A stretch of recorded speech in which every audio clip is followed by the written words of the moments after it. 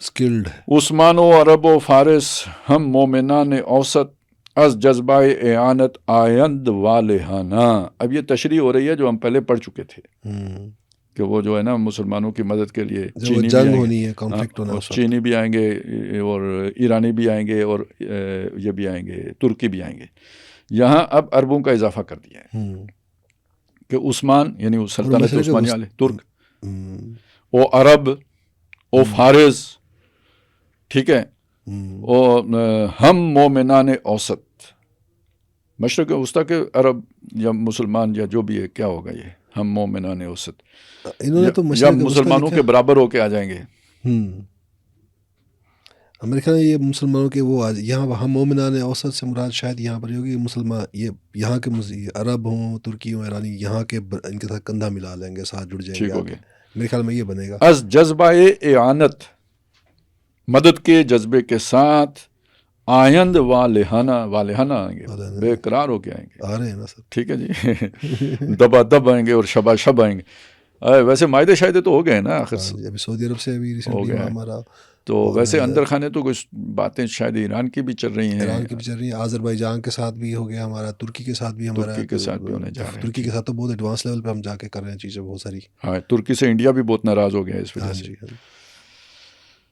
اور سننے میں تو یہ بھی ہے کہ بہت سے عرب ملک اور بھی ہیں جو سعودی طرح کے معاہدے چاہتے ہیں ہمارے ساتھ کرنے. اور اعراب نیز آیند از کو دشت و ہمو، سیلاب آتشیں شد از ہر طرف روانہ. پہاڑوں، بیابانوں، صحراؤں سے دیہاتی بھی آئیں گے، عام جفاکش دیہاتی بھی آئیں گے، اور آگ والا سیلاب ہر طرف رواں دواں ہوگا. اب آگ والا سیلاب ذرا دیکھیں اس زمانے میں، فرض کریں یہ واقعی. اچھا، یہ دیہاتی کا آپ نے ذکر کیا، میں اس سے میرے ذہن میں جو بات آئی ہے، یہ مجھے ایکسپیرینس ہوا لاسٹ 1-2 سال پہلے جب ہم آپ کے ساتھ ایک پروگرام میں راولا کوٹ گئے تھے. تو وہاں پر ہمارے ایک ساتھی ہیں، ان کے گھر گیا آگے، کافی دور تھا ان کا گھر، اوپر چڑھ کے، اور وہاں جا کر کچھ ٹائم بھی گزارا، رات رہی ہم راہ میں وہاں پر. تو تھی بھی وہ سردیاں. تو وہ جب میں نے رات گزاری نا، تو مجھے اندازہ ہوا، بڑی اندازہ نہیں ہوا، ریئلائزیشن ہوئی کہ یار یہ جو ہمارے جیسے جو شہری بابو لوگ ہیں نا، شہر کے پلے بڑے ہیں، ان کو پتہ ہی نہیں ہے سروائیول آف دا فٹسٹ کی جنگ کیا ہوتی ہے. ٹھیک ہے. جو یہ پہاڑ میں رہنے والے لوگ یا وہ جو صحراؤں میں رہنے والے لوگ جو سروائیول آف دا فٹسٹ کی جنگ لڑتے ہیں، اصل میں تو وہ لڑتے ہیں. وہ فطرت کے مقاصد کی ترجمانی کرتے ہیں. پھر تو اب اگر دیہاتی کو سے مراد ہم لیں گے وہ جو کہ اس جدید تمدن سے، اس سے دور ہے، تو وہ زیادہ سخت جان ہوگا. خوگر شہر کو وسعت صحرا دے. ہاں، تو وہ یعنی خوگر شہر ذرا کمزور ہو جاتا ہے. ہاں، اور اس میں توانائی اور طاقت زیادہ ہوتی ہے، جفاکش ہوتا ہے. ہاں جی. اور اچھا، اب اس میں نا میں یہ بتا رہا تھا کہ آج سے 800 سال پہلے آپ ایٹمی جنگ کا تصور نہیں کر سکتے، یہ جو میزائل ہیں ان کا تصور نہیں کر سکتے. تو اس کو انہوں نے ایک لفظ سے وہ بیان کیا، مطلب اس ترکیب سے، سیلاب آتشیں، آگ کا سیلاب. سیلاب تو پانی کا ہوتا ہے نا، یہ آگ کا سیلاب ہوگا. اس سے آپ اندازہ لگا لیں کس ہولناک ہوگی اس کی جنگ کی شدت اور حدت کیسی ہوگی. اچھا، اب یہاں سے جو ہے نا بڑی عجیب بات شروع ہو رہی ہے. ہاں جی. چترال ناگا پربت باسین ملک گلگت، پس ملک ہائے تبت گیر نارے جنگ آنا. کہتے ہیں چترال ہو، ناگا پربت ہو، چین ہو، ملک گلگت ہو یا تبت ہو، یہ سب جو ہے نا آگ والی جنگ کی کو وہ جنگ کی آگ ان کو لپیٹ میں لے لے گی. یہ سارا ایریا چترال، ناگا پربت، باسین، اس کا مطلب ہے جو زوردار مقابلہ ہوگا نا وہ اس علاقے میں ہوگا. اب یہ کون سی طاقت ہوگی؟ یعنی ایک تو وہ جو ہے نا انڈیا کا تو ادھر نظریں ہیں ہی ہیں، اور بہت پرانی ایک ان کی یہ ہے. ایک تو ادھر سندھ کی طرف ہے، دوسرا اس طرف ہے. اور یہ جو نظریں ہیں، یہ نظریں اب ان کے اتحادی بھی ہو گئے ہیں افغانستان کی طرف، اور ان کا فوکس بھی تو اسی علاقے پر ہے. یہ جو دہشت گردی کی کاروائیاں ہیں، یعنی ہندوستان کے اتحادی ہو گئے جو تو افغانستان مطلب یہ اور کوئی کھچڑی پک رہی ہو ہمیں نہیں پتہ،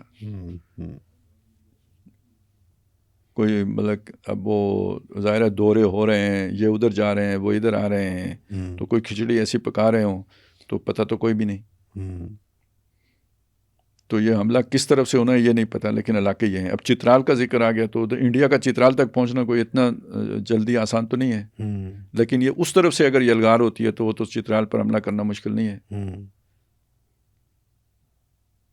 اور دریا ہے کوئی چترال سے نکلتا ہے، وہ جو دریا ادھر جاتا ہے افغانستان میں پہلے جاتا ہے اور پھر ادھر سے ادھر آتا ہے، مجھے نام اس کا یاد نہیں آ رہا. اس پر کوئی پلان کر رہے ہیں کہ یہ موجودہ افغان خواب دیکھ رہے ہیں، خواب پلان دیکھ نہیں کر رہی رہے ہیں ہیں کہ ہم اس پر ڈیم بنا کے پاکستان کی طرف اس کا رخ روک لیں گے. اور لے کے کدھر جائیں گے یہ ابھی نہیں سوچے انہوں نے، صرف ڈیم بنے. تو جتنی استطاعت اتنا ہی سوچ سکتے ہیں نا سر. ہاں، یکجا شوند عثما ہم چینیاں او ایران فتح کنند اینا گل ہند غازیانہ، کہ یہ جو ترکی والے بھی ہیں، چینی بھی ہیں، ایرانی بھی ہیں، ٹھیک ہے نا، یہ سب یکجا ہو جائیں گے اور ہند کے اوپر غازیانہ فتح حاصل کریں گے. غلبہ کند ہم چوں مورد ملخ و شباشب حقہ کے قوم مسلم گردند فاتحانہ. یہ جس طرح جو ہے نا راتوں رات یہ فتح کریں گے، جس طرح چونٹیاں اور مکڑیاں جو ہے نا اپنا جالا بن لیتی ہیں راتوں رات، اس طرح یہ فتح کریں گے. اور مسلمان جو ہے نا وہ فاتحانہ، یہ حق ہے، پکی بات ہے، سچی ٹھکی، کہ قسم کھاتا ہوں کہ مسلمان جو ہے وہ فاتحانہ غالب آ جائیں گے. اب یہاں سے ایک اور جو ہے نا نئی ڈائمنشن ہے. ٹھیک ہے، وہ ہے جی قابل خروج سازد در قتل اہل کفار چپ و راست سازن بسے بہانہ. یہ چپ و راست ہوتا ہے نا، ٹھیک، یہ رائٹ لیفٹ، ٹھیک ہے، وہ جو فوج میں رائٹ لیفٹ یہ وہی والا چپ راست ہے. تو اب یہ یعنی ایک بات تو یہ ہو گئی نا کہ جو کافر ہیں نا کفار، وہ دائیں اور بائیں سے بہت سارا بہانہ، بسے بہانہ، یعنی بہت ساری سازشیں کریں گے، لیکن بالآخر قابل سے جو ہے نا خروج ہوگا، فوجیں نکلیں گی اور یہ کافروں کو، اہل کفار کو قتل کرنے کے لیے نکلیں گے. اور یہ ہوگا کابل میں. کابل، اچھا، اس میں مطلب میرے ذہن میں جو ایک آ رہا تھا، وہ آپ اس کو بتا دیں کہ کیا میں صحیح سوچ رہا ہوں، میرے ذہن صحیح طرف جا رہا ہے. وہ یہ ہے کہ پچھلے 75 سال کی ہسٹری اٹھا، جب سے پاکستان کی کریشن ہوئی ہے، 78 سال ہو گئے، بلکہ اس 78 سال میں افغانستان میں کنسسٹنسی کے ساتھ، چاہے وہ طالبان کی حکومت ہو یا جو شمالی اتحاد یا دوسری جو نجیب اللہ کی یا ساری جتنی بھی فوج حکومتیں گئی ہیں، ہمیشہ اینٹی پاکستان سٹانس رہا ہے، جو وہاں کی ایلیٹ ہے، جو حکمران طبقہ جو بھی رہا ہے وہاں پر. لیکن افغان عوام کے ساتھ ہمارا جو کنیکٹیوٹی ہے وہ اس کی ڈائمنشن ہو رہا ہے. تو شاید ایک وقت یہ آ جائے کہ یہ وہ اس کی پریڈکشن ہو رہی ہے کہ افغان عوام آخر خود ان یہ جو ایلیٹ ہے، رولنگ ایلیٹ وہاں کی، چاہے وہ مذہبی لبادہ اوڑھ کے آ جائے یا سیکولر، اس ایلیٹ سے جو ہے وہ تنگ آ کے تو وہ خود ہی باہر پہلی بات تو یہ سمجھ لینا کہ یہ جو جس ایلیٹ کی آپ بات کر رہے ہیں نا، اس کے پیچھے یہ کفار کا بہانہ تھا نا، سازش کفار کی تھی. اور یہ پھر یہ اس وقت ٹھیک ہے، ان کے دل میں کچھ تھا جو بھی تھا، لیکن اس کو جو چابی بھری تو کفار نے بھری. تو اس میں صرف انڈیا نہیں ہے.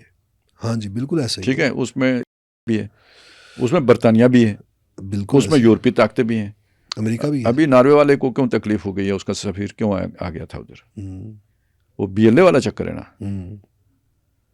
تو یہ ذہن میں رہے کہ یہ جتنا کچھ بھی ہو رہا ہے یہ صرف انڈیا نہیں کر رہا ہے، بہت سی چیزیں جو ساری طاقتیں مل کے کر رہی ہیں.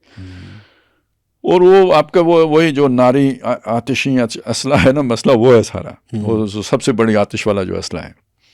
اور اس کے لیے یہ سارا امریکہ پیچھے ہٹا، مذاکرات کر کے پیچھے ہٹا، مذاکرات کر کے حوالے کیے، پھر وہ فنڈز بھی دے رہا ہے، اسلحہ بھی چھوڑ کے گیا ہے. یہ سارا کچھ سوچا سمجھا منصوبہ ہے نا. ٹھیک ہے، یہ بہانے بسے ہے نا، بسے بہانہ اسی میں آئے گا. ٹھیک ہے، دائیں بائیں سے بہت سارے شامل ہوں گے اس میں. یہ صرف کوئی ایک ملک نہیں ہے، دائیں بائیں والے سارے ہیں. صحیح، ٹھیک ہے. اچھا، اب دوسری طرف کیا ہے؟ دوسری طرف یہ ہے کہ جو جوڑنے والی شے ہے نا وہ قومیتیں نہیں ہیں، لسانیت نہیں ہے، جوڑنے والی شے اسلام ہے، اور یہ عوام میں پائی جاتی ہے. صحیح بات ہے. ٹھیک ہے. اور جو بھی پاکستان کا کردار رہا ہے پیچھے، اس کی عوام وہاں کی ان کے دلوں میں قدر موجود ہے، ایسا نہیں ہے کہ نہیں ہے. گلے شکوے اپنی جگہ پہ، قدر بھی اپنی جگہ پہ. ویسے بھی عالمی سطح پہ بھی دیکھیں تو مسلمان عوام کے اندر وہ ایک ملت کا جذبہ اور امت کا جذبہ موجود ہے. یہ وہ ہر جگہ کی جو رولنگ ایلیٹ ہے نا وہ اس کی نفی کرتی ہے. لیکن باقی یہ نیچے لوگ جو ہے نا، آپ حج کے موقع پہ دیکھیں کیسی ایک دوسرے سے محبت کا اظہار ہو رہا ہوتا ہے. تو وہ چیز نیچے موجود ہے، عوام میں موجود ہے. بنگلہ دیش میں وہ اوپر جو آ گئے تھے سو آ گئے تھے، ذرا سا وہ موقع ملا عوام کو اپنے جذبات کا اظہار کرنے کا تو آپ نے فرق دیکھ لیا نا. تو ایسا ہی کوئی جو ہے نا موقع آئے گا کہ مجھے وہ یاد آ رہا ہے اقبال کا مصرع کہ آ ملیں گے سینہ چاکان چمن سے سینہ چاک. ٹھیک ہے نا. تو یہ دوبارہ جو ہے نا وہ جو خواب کسی نے اسٹریٹجیکل ڈیپتھ کا دیکھا تھا وہ جو ہے نا شرمندہ تکمیل ہوگا. ٹھیک ہے. تو قابل خروج سازت در قتل اہل کفر، یہ تو اب پاکستان کو ذرا اس چیز کو سامنے رکھ کے پالیسی بنانی چاہیے. یعنی کوئی اگر لڑائی لڑنی ہو تو بھی ایک حساب کی لڑنی ہے اس حد تک، جس سے عوام میں نیگیٹو امپیکٹ آ جائے. از غازیان سرحد لرزت زمین چو مرکد بیر حصول مقصد آیند والہانہ. یہ جو ہوں گے نا غازی سرحد کے پختون بھائی، تو ان کے قدموں کی چاپ سے زمین ایسے کانپے گی. اب اس میں مطلب یہ مرکد یعنی جیسے گناہگار کی قبر کانپتی ہے نا، اس کو عذاب ہوتا ہے تو جیسے وہ کانپتی ہے، اس طرح زمین ان کی جو ہے نا وہ تھاپ سے یا دھمک سے وہ کانپے گی. اور وہ آئیں گے بیر حصول مقصد، جو بھی ان کا ٹارگٹ ہوگا جس کو وہ حاصل کرنے کے لیے آئیں گے. آیند والہانہ آئیں گے، بے لوس ہو کے آئیں گے. وہ جو الزام ہے نا کہ جی مال غنیمت کے لیے آتے ہیں، نہیں، اپنے مقصد کے لیے آئیں گے. از خاص و عام آئین جمع تمام گردند در کاراں فضائن صد گونا غم افزانہ. اب یہ جو ہے نا وہ چیز جو ہم پہلے کہہ رہے تھے کہ خاص و عام سب آ جائیں گے. وہ جو آپ ایلیٹ اور یہ وہ کہہ رہے تھے نا وہ ختم ہو جائے گا. وہ تفریق آپ ملیں گے سینہ چاک آنے چمن سے سینہ چاک، وہ بھی ہوگا. اور ایک ہی صف میں کھڑے ہو گئے محمود و ایاز، یہ بھی ہوگا. خاص و عام سب برابر ہو جائیں گے، اور یہ حالات انہیں برابر کر دیں گے. اونچ نیچ کے تصورات مٹ جائیں گے. اور آگے وہ پریڈکشن بھی چاہ رہی ہے جو آپ نے اس کا پیچھے حوالہ بھی دیا تھا، درکار آں فضائن صد گونا غم افزانہ. جی، کہ یعنی یہ فاتحانہ لڑ تو رہے ہوں گے، دلیرانہ اور فاتحانہ، اور کامیابیوں کی نشانیوں کے باوجود بھی کوئی نامعلوم غم جو ہے نا وہ مسلمانوں کو لاحق ہوگا، جس کی تشویش. جنگ میں جو تکلیفیں آتی ہیں وہ اصل میں یہ جو ہے نا غم افزانہ، گونا صد گونا غم افزانہ، یہ مطلب اسی وقت اگر عالمی جنگ بھی ہو رہی ہوگی تو پھر آپ کو ایک ہی ملک کی تو نہیں، خبریں تو آپ کو سارے جہاں کی مل رہی ہوں گی. اب عرب میں کیا ہو رہا ہوگا آپ نہیں جانتے. فرض کریں وہاں سے کوئی غمناک خبر آتی ہے، ٹھیک ہے نا، کیونکہ حدیثوں کو اگر آپ دیکھیں نا تو یہ لشکر جب یہاں ہند سے فارغ ہوگا نا، اسی نے جا کے یروشلم فتح کرنا ہے. اس کی کوئی دنیاوی ثواب بھی تو بنے گا نا، خام خواہ تو نہیں چل پڑے گا. کوئی ادھر کی موٹیویشن کا سبب کوئی ہوگا نا کہ ادھر کیوں جائیں آپ. تو ادھر سے بھی کوئی غم آ سکتا ہے جو آپ کو پھر آپ کے عزم کا باعث بنے کہ اب ادھر سے فارغ ہو کے وہ قصہ چکانا ہے. یہ سبب بھی ہو سکتا ہے. اور جیسے کہ ہم نے پہلے اشارتاً بات کی تھی، خود اپنے ملک کے اندر بھی کوئی نقصان ہو سکتا ہے کہ جس کا غم بھی لاحق ہو. کوئی بڑی تعداد میں مسلمان اگر کام آ جاتے ہیں تو وہ مطلب اب ٹھیک ہے، فتح بھی ہوتی ہے اور غم بھی ہوتا ہے. صحیح.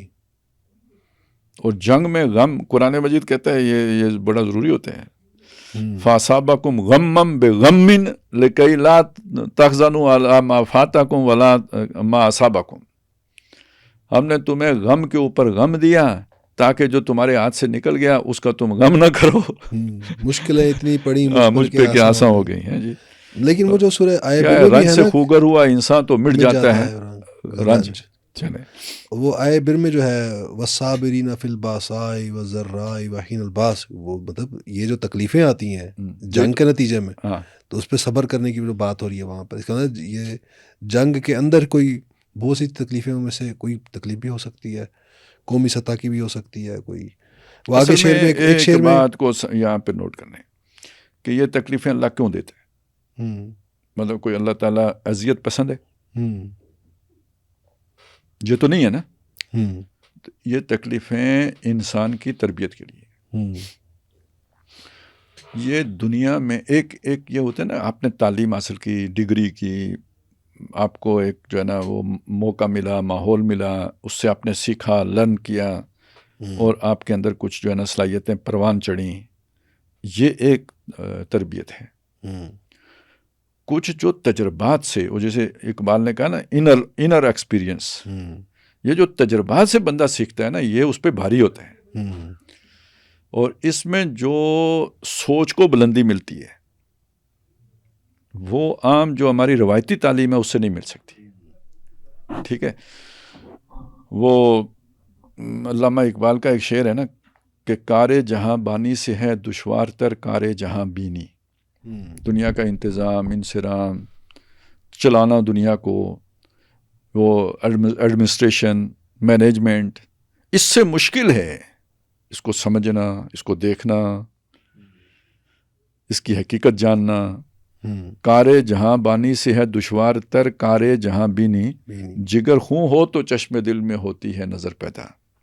یہ غم، دکھ، تکلیفیں، اذیتیں، مصیبتیں، اس سے وہ دل کی نگاہ جو ہے نا وہ کھلتی ہے، بصیرت ملتی ہے، حکمت حاصل ہوتی ہے، دانائی اور وزڈم آتی ہے، وہ رشد کے مقام پر انسان فائز ہوتا ہے. تو یہ تکلیفوں سے گزر کے ہوتے ہیں، رنج و علم سے گزر کے ہوتے ہیں، کرب و بلا کے نتیجے میں ہوتے ہیں. تو اسی لیے اللہ نے کہا نا وَلَنَبْلُوَنَّكُمْ بِشَيْءٍ مِّنَ الْخَوْفِ وَالْجُوعِ وَنَقْصٍ مِّنَ الْأَمْوَالِ وَالْأَنفُسِ وَالثَّمَرَاتِ. تو یہ تربیت کے لیے ہے، یہ کوئی اذیت کے لیے نہیں ہے. صحیح. اور اب انسان کی جو صلاحیتیں اللہ نے دی ہیں، اور اللہ جانتا ہے کیا کیا دی ہیں، اور کون سی صلاحیت کون سے پانی سے ایکٹیویٹ ہوتی ہے، کس زمین میں نمو پاتی ہے، یہ وہ جانتے ہیں نا. یہ جو بیج اس کے اندر میں نے رکھا ہے کن سرکمسٹانسز میں یہ بارآور ہوگا. صحیح. تو وہ ہے کہ جس کے لیے یہ بہت ضروری ہے. تو چونکہ اللہ نے پوری دنیا کی امامت دینی ہے، لیا جائے گا تجھ سے کام دنیا کی امامت کا، تو اس سے پہلے یہ ساری ٹریننگ کا مرحلہ ہے. اور دنیا کو آپ نے ظلم سے نہیں بھرنا ہے، عدل سے اور امن سے بھرنا ہے. تو وہ اس کے لیے ایک سمجھ بھی دینی ہے، ایک حکمت بھی دینی ہے، دانائی بھی دینی ہے. خود دکھوں کے عادی ہو گئے تو دوسروں کو دکھوں سے بچاؤ گے نا. صحیح. بہت شکریہ خالد صاحب. آج ہم اپنے وقت کی قلت کی وجہ سے اس کا اختتام یہی کرتے ہیں. تو جو ریمیننگ ہے غالباً شاید ہماری اب نیکسٹ ایپیسوڈ جو ہے وہ لاسٹ ہو یا سیکنڈ لاسٹ ہو، ہوپ فلی. تو انشاءاللہ پھر اگلی نشست میں ہم دوبارہ باقی جو ریمیننگ پہ پریڈکشنز ہیں ان کی، ان کو بھی ڈسکس کریں گے اور ان کا انطباق آج کل کے حالات تک کریں گے. ناظرین، اگلی نشست تک کے لیے ہم آپ سے اجازت چاہتے ہیں. اللہ حافظ.